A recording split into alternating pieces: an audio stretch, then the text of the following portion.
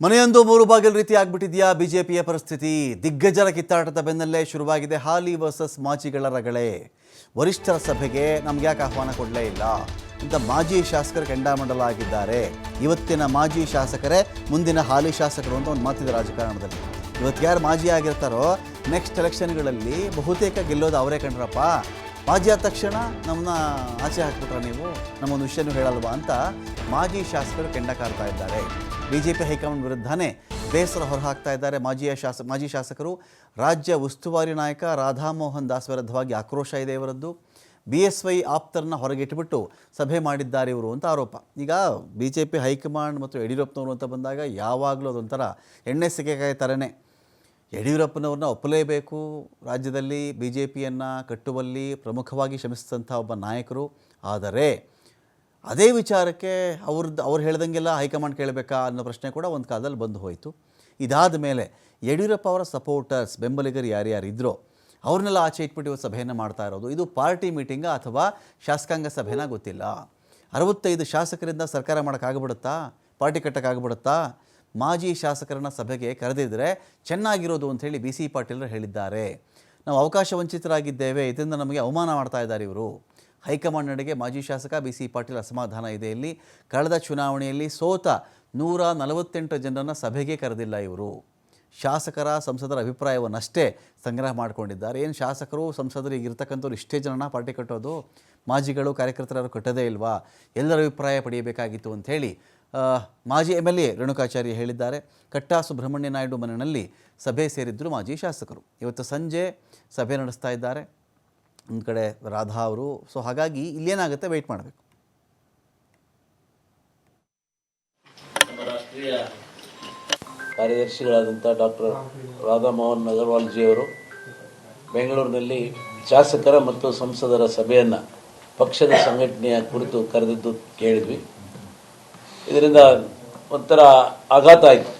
ಯಾಕೆ ಅಂತ ಹೇಳಿದರೆ, ಕೇವಲ ಇದು ಪಾರ್ಟಿ ಮೀಟಿಂಗ್ ಕರೆದಿದ್ದಾರೋ ಅಥವಾ ಶಾಸಕಾಂಗ ಸಭೆ ಕರೆದಿದ್ದಾರೋ ಅನ್ನೋದು ಒಂದು ಕ್ವಶನ್ ಮಾರ್ಕ್ ಆಯಿತು. ಅದ್ರ ಜೊತೆಗೆ ಈಗೇನು 65 ಜನರ ಶಾಸಕರು ಸಭೆ ಕರೆದಿದ್ದಾರೆ, ಇನ್ನು 148 ಜನ ಸೋತಂತ ಅಭ್ಯರ್ಥಿಗಳನ್ನು, ಮಾಜಿ ಶಾಸಕರುಗಳನ್ನು, ಮಾಜಿ ಸಚಿವರುಗಳನ್ನು ಕೂಡ ಬಿಟ್ಟು ಕರೆದಿರೋದು ಬಹಳ ಒಂದು ದುರಂತ. ಏಕೆ ಅಂತ ಹೇಳಿದರೆ, ಕೇವಲ 65 ಜನರಿಂದ ಸರ್ಕಾರ ಮಾಡಲಿಕ್ಕೆ ಆಗೋದಿಲ್ಲ, ಮತ್ತು 65 ಜನರಿಂದ ಮಾತ್ರ ಪಾರ್ಟಿ ಕಟ್ಟಕ್ಕಾಗೋದಿಲ್ಲ. ಅದಕ್ಕೆ ಎಲ್ಲ 224 ಕ್ಷೇತ್ರದ ಇದು ಬಹಳ ತುರ್ತು ಕರೆಯಾಗಿದೆ. ತಕ್ಷಣ ಇದಕ್ಕಿದ್ದಾಗ ಬೆಳಗ್ಗೆ ಎಷ್ಟೋ ಜನ ಪೇಪರ್ ನೋಡಿ ಬಂದಿದ್ದಾರೆ, ಕೆಲವು TV ನ್ಯೂಸ್ ನೋಡಿ ಬಂದಿದ್ದಾರೆ. ಹಾಗಾಗಿ ಇವತ್ತು 30-32 ಜನ ನಾವು ಎಲ್ಲ ಸೇರ್ಕೊಂಡಿದ್ದೇವೆ. ಇದು ಒಂಥರ ಬಹಳ ಅವಮಾನ ಇದೆ ನಮ್ಮ ಮಾಜಿ ಸೋತಂತವರಿಗೆ. ಇನ್ನೂ 148 ಜನ ಮೊನ್ನೆ ಅಲ್ಲಲ್ಲ 148 ಜನ ಮೊನ್ನೆ ಸಭೆಗೆ ನಾವು ಗಟ್ಟಿಯಾಗಿ ಹೇಳಿದ್ವಿ. ಒಂದು ಸರ್ಕಾರ ರಚನೆ ಆಗಬೇಕಂದ್ರೆ 114 ಸೀಟ್ ಬೇಕು, 125-30 ಮುಂಬರುವ ಜಿಲ್ಲಾ ಪಂಚಾಯತಿ, ತಾಲೂಕ್ ಪಂಚಾಯತಿ ಯಾವುದೇ ಚುನಾವಣೆ ನಡೆದರೂ ನಮ್ಮೆಲ್ಲರ ಪಾತ್ರ ಬಹಳ ಮುಖ್ಯ. ಕೇವಲ ಶಾಸಕರ, ಲೋಕಸಭಾ ಸದಸ್ಯರ ಅಭಿಪ್ರಾಯ ಸಂಗ್ರಹಿಸಿ ಸಾಲದು. ನಮ್ಮ ರಾಷ್ಟ್ರೀಯ ನಾಯಕರಿಗೆ ಆಗಲೇ ನಾವು ವಿನಂತಿಯನ್ನು ಮಾಡಿದ್ದೀವಿ, ನಮ್ಮಗಳ ಅಭಿಪ್ರಾಯವನ್ನು ಪರಿಗಣಿಸಬೇಕು.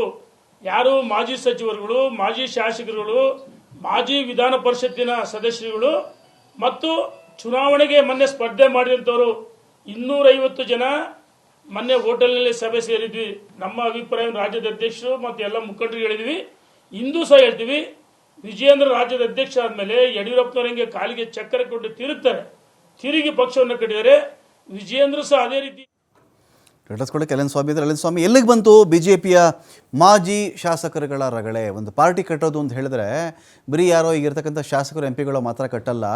ತಾಲೂಕ್ ಪಂಚಾಯತಿ, ಜಿಲ್ಲಾ ಪಂಚಾಯತಿ, ಗ್ರಾಮ ಪಂಚಾಯತಿ ಎಲೆಕ್ಷನ್ವರೆಗೂ ಕೂಡ ನಮ್ಮಗಳ ಪಾತ್ರ ಇದ್ದೇ ಇರುತ್ತೆ ಅಂತ ನೆನಪಿಸ್ತಾ ಇದ್ದಾರೆ. ಏನಾಯಿತು ಇಲ್ಲಿ? ಹೈಕಮಾಂಡ್ಗೆ BSY ಬೆಂಬಲಿಗರು ಅಂತ ದೂರ ಇಟ್ಟಿದ್ದ ಇವರನ್ನ, ಅಥವಾ ಮಾಜಿಗಳ ಅವಶ್ಯಕತೆ ಇಲ್ಲ ಅಂತ?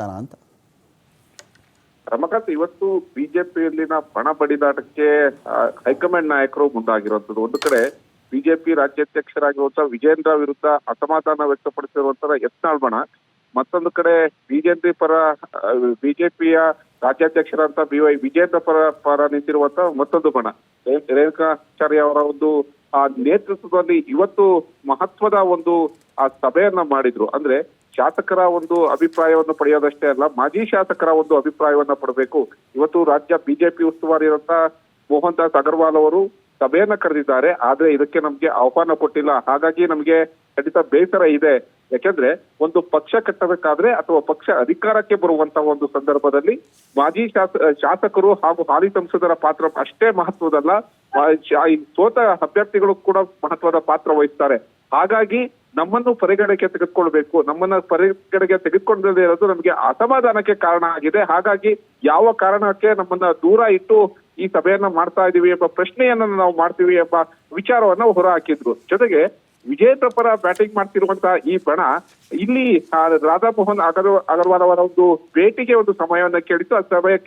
ಆ ಭೇಟಿಗೆ ಸಮಯಾವಕಾಶವನ್ನು ಕೊಟ್ಟಿದೆ. ಅಂದ್ರೆ ಯಾರೆಲ್ಲ ನಾವು ಮಾಜಿ ಶಾಸಕರಿದ್ದೀವಿ, ನಮ್ಮ ಅಭಿಪ್ರಾಯವನ್ನು ಕೇಳಬೇಕು. ಯಾಕಂದ್ರೆ ಒಂದು ಪಕ್ಷ ಇರಬೇಕಾದ್ರೆ ಮಾಜಿ ಶಾಸಕರು ಕೂಡ ಇರಬೇಕು. ಅವರ ಕೊಡುಗೆ ಪಕ್ಷಕ್ಕೆ ಅತಿ ದೊಡ್ಡದಾಗಿರುತ್ತೆ. ಮುಂಬರುವ ದಿನಗಳಲ್ಲಿ ನಾವು ಶಾಸಕರಾಗ್ತೀವಿ, ಪಕ್ಷ ಅಧಿಕಾರಕ್ಕೆ ಬರುವಂತ ಸಂದರ್ಭದಲ್ಲಿ ನಾವು ಶಾಸಕರಾಗಿರ್ತೀವಿ. ಹಾಗಾಗಿ ನಮ್ಮನ್ನ ಪರಿಗಣನೆಗೆ ತೆಗೆದುಕೊಳ್ಳಲೇಬೇಕು ಎಂಬ ಆಗ್ರಹವನ್ನ ಮಾಡಿದ್ರು. ಈ ಎಲ್ಲಾ ಬೆಳವಣಿಗೆ ಹಿನ್ನೆಲೆಯಲ್ಲಿ ಈಗ ಅವ್ರಿಗೆ ಸಮಯದ ಅವಕಾಶವನ್ನು ಕೊಟ್ಟಿರುವಂತದ್ದು. ಈಗ ಅವ್ರಿಗೆ ಅವರ ಒಂದು ಮನವಿ ಏನಿದೆ ಅಂದ್ರೆ ಬಿಜೆಪಿಯಲ್ಲಿ ರಾಜ್ಯಾಧ್ಯಕ್ಷರನ್ನಾಗಿ ವಿಜೇಂದ್ರ ಅವರನ್ನ ಮುಂದುವರಿಸಬೇಕು ಎಂಬ ಮನವಿ ಜೊತೆಗೆ ಯತ್ನಾಳ್ ಪದೇ ಪದೇ ಮಾಜಿ ಸಿಎಂ ಯಡಿಯೂರಪ್ಪ ವಿರುದ್ಧ ಆಗ್ಬೋದು ಅಥವಾ ವಿಜೇಂದ್ರ ವಿರುದ್ಧ ಆಗ್ಬೋದು ಪದೇ ಪದೇ ವೈಯಕ್ತಿಕ ಹೇಳಿಕೆಗಳನ್ನ ಕೊಡ್ತಾ ಇದ್ದಾರೆ, ಟೀಕೆ ಟಿಪ್ಪಣಿಗಳನ್ನ ಮಾಡ್ತಾ ಇದ್ದಾರೆ, ಹಾಗೂ ಪಕ್ಷಕ್ಕೆ ಮುಜುಗರ ಉಂಟಾಗುವಂತ ಒಂದು ಹೇಳಿಕೆಗಳನ್ನ ಕೊಡ್ತಾ ಇದ್ದಾರೆ. ಎಲ್ಲದಕ್ಕೂ ಕಡಿವಾಣ ಹಾಕ್ಬೇಕು ಎಂಬ ನಿರ್ಧಾರವನ್ನ ಮಾಡಿಕೊಂಡು ಇವತ್ತು ಮನವಿಯನ್ನ ಕೊಡ್ತಾ ಇರುವಂತದ್ದು. Ramakant, thank you Swami.